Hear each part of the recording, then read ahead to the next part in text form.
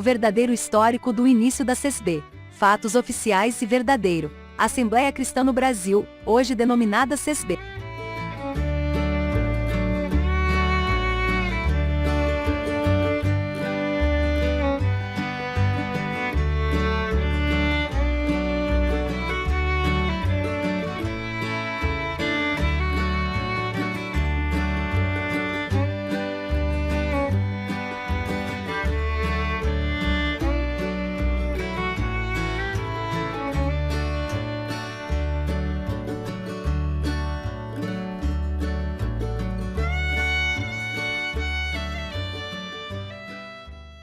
Em 8 de março de 1910, o Senhor determinou que Luís Francesco e Giacomo Lombardi partissem da Argentina para São Paulo, Brasil. O ano era 1910, a Estação da Luz recebia centenas de pessoas diariamente, a maioria oriunda do Porto de Santos. Imigrantes que viam no Brasil oportunidades não existentes em seus países de origem. Vieram para substituir os escravos que, poucos anos antes, a princesa Isabel libertara. Além de asiáticos, vieram muitos europeus, especialmente italianos, e neste grupo se instalará a primeira igreja pentecostal em solo brasileiro. Conforme relato do próprio Luís Francesco, ao chegarem ao JD da Luz, Estação da Luz, encontraram um italiano por nome de Vincenzo Piovani. Este era um ateu, e morava no Paraná, precisamente em Santo Antônio da Platina. Ali este homem foi evangelizado por nossos irmãos. Permaneceram ali em São Paulo até 18 de abril. Quando então o irmão Giacomo Lombardi retornou para Buenos Aires, na Argentina, enquanto Luís Francesco viajava para Santo Antônio da Platina, para visitar Vincenzo Piovani. Esta viagem Luís Francesco contou com detalhes em seu relato escrito em março de 1942, como segue. Para ir ao lugar que o Senhor me ordenara, eu não tinha nenhum endereço a não ser o seguinte: Vicente Piovani, Santo Antônio da Platina, Paraná. Havia uma estrada de ferro que levava ao sul daquele estado, porém, Santo da Platina achava-se ao norte e distante mais de 200 quilômetros da estação mais próxima. Meu coração duvidava em tomar aquela estrada, porém me senti de ir à estação e consultar um mapa. E o Espírito Santo me indicou a tomar a estrada de ferro Sorocabana que percorria o estado de São Paulo, passando perto do norte do estado do Paraná, e sua última estação era Salto Grande. Parti de São Paulo às 5:30 horas com uma terrível dor lombar que me impediu de tomar alimento durante todo aquele dia. Cheguei a Salto Grande às 23 horas e nesse lugar o Senhor me disse ter preparado tudo para mim, a fim de cumprir minha missão, e assim aconteceu, porém faltavam fazer cerca de 70 quilômetros a cavalo, atravessando matas virgens infestadas de jaguaras e outras feras existentes no lugar. Pela graça de Deus, fiz este resto de viagem com um guia indígena, chegando em Santo Antônio da Platina em 20 de abril. Outra dificuldade que encontrei foi não conhecer uma palavra do idioma português e achar-me sem dinheiro e doente. Deus, porém, que tem todos os corações em suas mãos, me fez ver a primeira maravilha. Ao chegar àquele local encontrei na janela a esposa do italiano Vincenzo Piovani, tendo o Senhor lhe dito: Eis o homem que eu vos enviei. Note-se que eu não era lá esperado. Assim, foi recebido em sua casa e poucos dias depois, o Senhor se comprazeu em abrir seus corações e de mais 9 pessoas. Foram batizadas na água 11 pessoas e confirmados com sinais do Altíssimo. Batizadas com o Espírito Santo, estas foram as primícias da obra de Deus naquele país. Logo após, o inimigo começou a trabalhar para desfazer aquela obra, mas foi em vão o seu trabalho.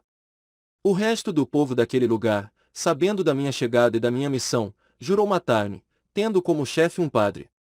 Isto teria sucedido se Deus não intervisse com seus meios. O Senhor me fez saber de permanecer lá até 20 de junho, nessa prova eu estava pronto a me entregar aos inimigos, a fim de poupar a vida dos poucos crentes que o Senhor havia chamado. Deus é testemunha disto, como também os irmãos que lá vivem.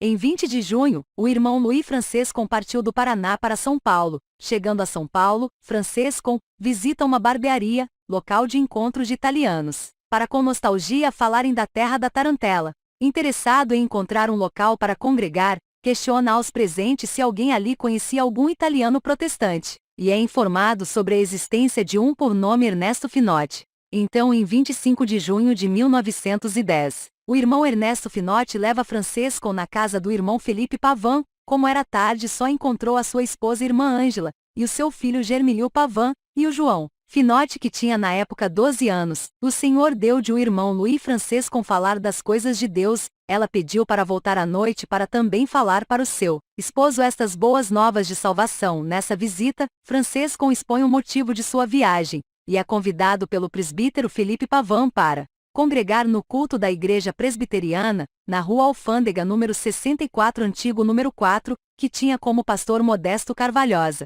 Felipe Pavão dá liberdade para Francescon transmitir a mensagem pentecostal.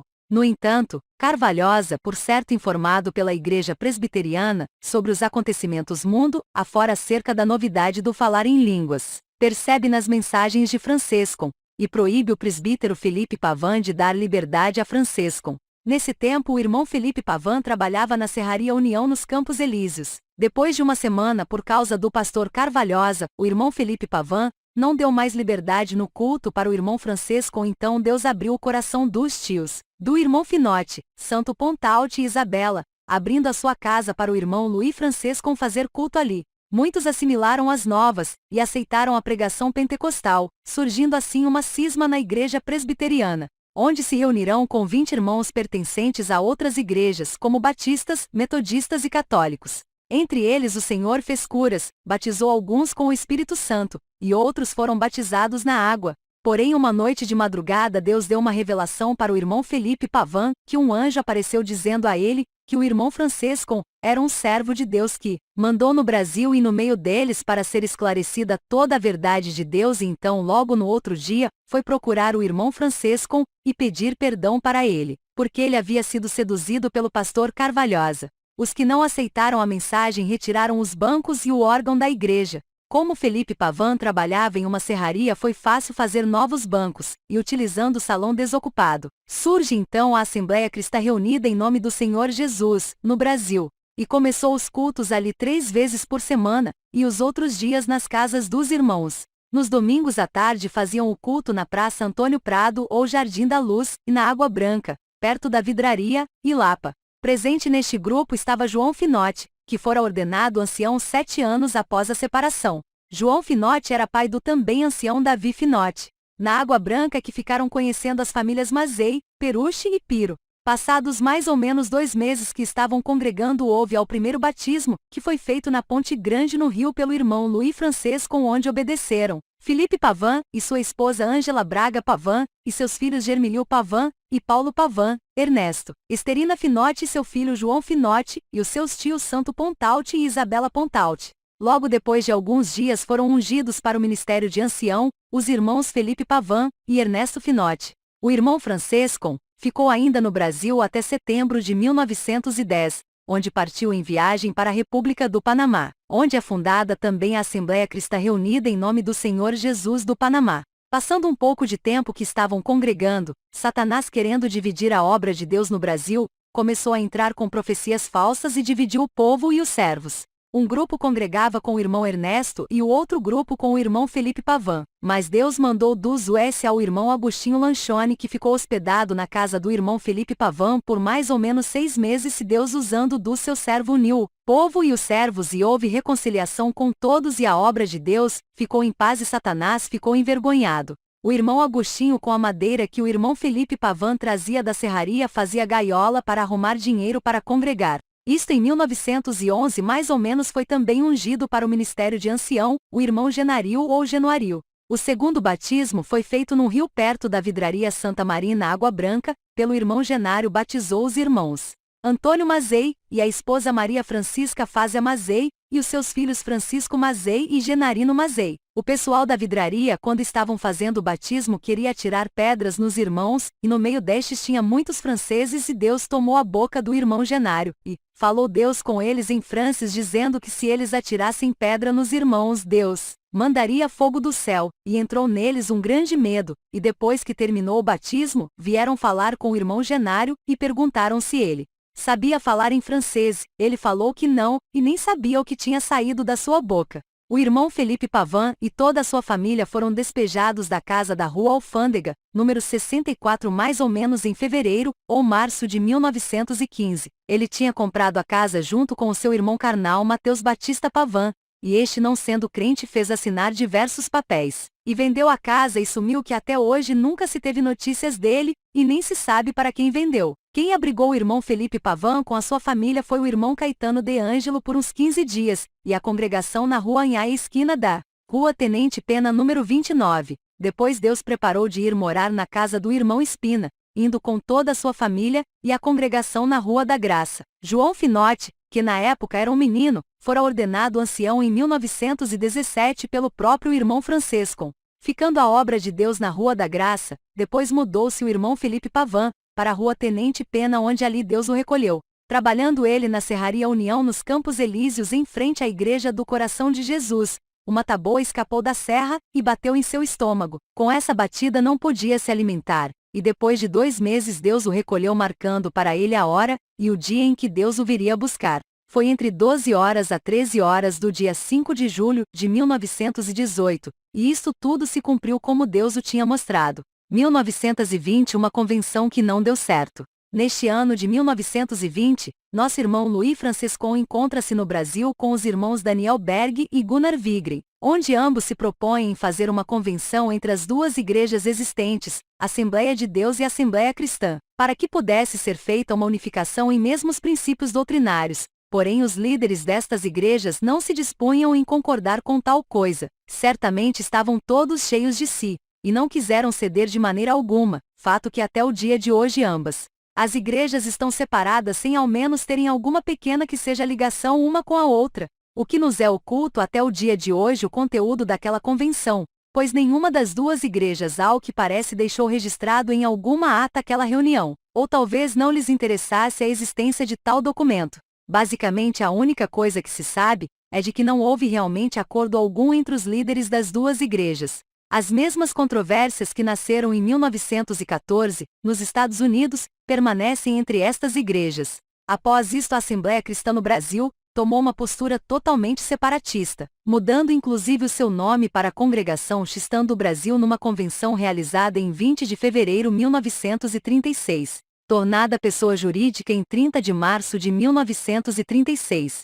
Em 1932, o irmão Luiz Francesco encontra-se novamente no Brasil, e vendo o crescimento da obra no país, convoca vários irmãos entre jovens também para que fosse formada a primeira orquestra de músicos da Assembleia Cristã do Brasil. Animados pelo incentivo, vários irmãos procuraram aprender a música, para que assim pudessem louvar ao Senhor no ministério musical. Pode-se dizer que hoje é a maior orquestra do mundo. Em todas as congregações cristãs existentes hoje, desde a sua sede até a menor sala de oração, possui um grupo de músicos e organista. Cremos que se fosse para juntar todos os músicos existentes no Brasil, não haveria lugar algum no Brasil para acolher tão grande número. Em 1935 teve o início da perseguição dos crentes na Itália. Era o cumprimento da profecia que Deus havia feito em Chicago na Igreja da Toscana, em 1904. Também neste tempo o mundo se preparava para a chamada Segunda Guerra Mundial, e tal como a perseguição por parte dos alemães aos judeus.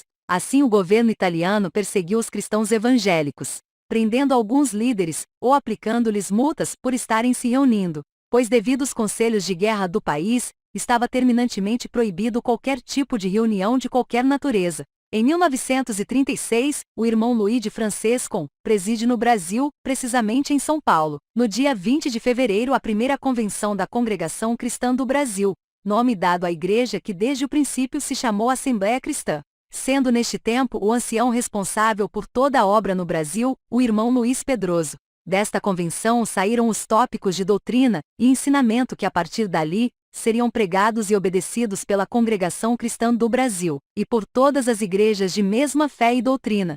Ao que indica o tópico de ensinamento, o nome de Congregação Cristã do Brasil foi adotado a partir daquele ano, pois foi apresentado o novo estatuto da igreja e ainda, como demonstra na página 10 do resumo de ensinamentos da Congregação Cristã no Brasil, onde o Senhor der oportunidade em se construir ou já existindo casas de oração construídas. É preciso que na fachada só exista o nome oficial e reconhecido de Congregação Cristã do Brasil. Foi então que a Assembleia Cristã, reunidos em nome do Senhor Jesus, deixou de existir no Brasil. Esta convenção terminou no dia 25 de fevereiro. A Congregação Cristã do Brasil foi registrada como pessoa jurídica em 30 de março de 1936. Creio que esta decisão tomada pelo ministério seria por não haver acordo com o ministério da Igreja de Belém do Pará, que foi criada por Daniel Berg e Gunnar Wigren, a qual também passou a chamar-se Assembleia de Deus, pois estava sendo assessorada pela Igreja Assembleia de Deus Americana. O ministério da Assembleia de Deus não aceitou também a nova doutrina da congregação, inclusive não houve acordo quanto ao dízimo. Para não haver confusões entre as duas igrejas, a congregação cristã tomou a decisão que mesmo que alguém pertencesse a outra igreja, só poderia fazer parte da comunhão da mesma se fosse batizado novamente pelos anciãos da congregação. A congregação passou a aceitar somente o batismo por ela pregado. Esta postura separatista parecia que traria impedimento para que o Evangelho de Cristo fosse pregado no Brasil, porém as duas igrejas cresceram ainda mais. Em 1942, teve início definitivo da Segunda Guerra Mundial. As igrejas cristãs americanas já estavam cheias de novidades, que com isso não agradava ao Senhor, e deixavam alguns anciãos missionários tristes, tais como o irmão Louis Francesco outros, sendo que Louis Francesco separou-se da maioria delas, ficando com o pouco número da Igreja da Toscana, a Congregação Cristã de Chicago. Neste ano, Louis Francisco escreve um histórico do princípio da obra que Deus iniciou, e de tudo quanto Deus fez consigo, e outros irmãos nas missões pelo mundo. Até este ano de 1942, Louis Francisco já havia feito 9 viagens ao Brasil, dedicou-se mais com a obra de Deus no Brasil, Panamá e Itália. Em 1944, a perseguição contra a igreja na Itália já havia terminado, então Louis Francisco e Lúcia Mena viajam para a Itália, a fim de visitar as igrejas lá constituídas. No ano de 1947, Deus recolhe para o seu reino de glória nosso irmão Luiz Pedroso, grande perda para a Irmandade da Congregação Cristã do Brasil, e com isso novidades irão surgir no meio da igreja. Após isto definitivamente, a Congregação Cristã do Brasil distancia-se mais ainda das igrejas italianas, americanas e argentinas. Logo o irmão Louis Francisco conjuntamente com sua esposa viaja para o Brasil. É realizada então em março de 1948, uma Assembleia Geral de todo o Ministério de Anciães e Diáconos do Brasil. Surgiram novidades nos ensinamentos da Congregação Cristã do Brasil. Começou-se a proibir que irmãos fotografassem nos serviços de cultos, todavia aos que não eram da congregação era liberado. Proíbe-se a sociedade com crentes de outras denominações, até mesmo o casamento com crentes de outras igrejas que não seja da congregação. Proíbem-se também a propaganda e qualquer tipo de literaturas, chamadas religiosas. Proíbe-se de membros de ministério da congregação envolver-se com partidos políticos, etc. Após esta assembleia temos conhecimento que o irmão Louis Francisco não mais voltou para o Brasil. Talvez não se achasse mais necessário a sua presença na tão grande igreja que se formou. Ora, Louis Francisco permaneceu no Brasil desde 24 de outubro de 1947. Até 18 de outubro de 1948. Em 1952, escreveu pela segunda vez um histórico de suas missões. O mesmo descreve que no Brasil, de acordo com o relatório do ano de 1951, o número de casas de oração atingiu 815, sendo 217 de propriedade própria, e já havia obedecido ao mandamento do Senhor Jesus, 74.775 almas. Só na capital de São Paulo, contava com 46 casas de oração. O mesmo descreve que a igreja estava bem organizada em sua administração e corpo ministerial. A congregação cristã no seu início, era chamada de Radunanza Cristiana, Assembleia Cristiana, Andunanza, Ajuntamento. Em algumas igrejas havia uma singela placa, reunidos em nome do Senhor Jesus. Os outros nos chamavam de Igreja dos Glórias, Igreja dos Italianos. No final da década de 1920 passou em uma reunião da América do Norte, para todas as igrejas adotarem o nome oficial de Italian Christian Church, mas não pegou. Cada congregação local era aqui registrada sob um nome diferente, normalmente Assembleia Cristã. No Brasil há um grau igreja a adotar o nome Congregação Cristã. Foi a do Bom Retiro em 1932 e a partir de 1936 adotado, por todas nossas congregações de fé e doutrina. Registrada em 30 de março de 1936. Este é o relato do início da Igreja Congregação Cristã no Brasil, contato por documentos histórico, verdadeiros e oficiais. Nossos agradecimentos do canal Josafá Agra ao irmãos Itamar Coutinho, historiador e pesquisador da história da CESB. Deus abençoe a todos.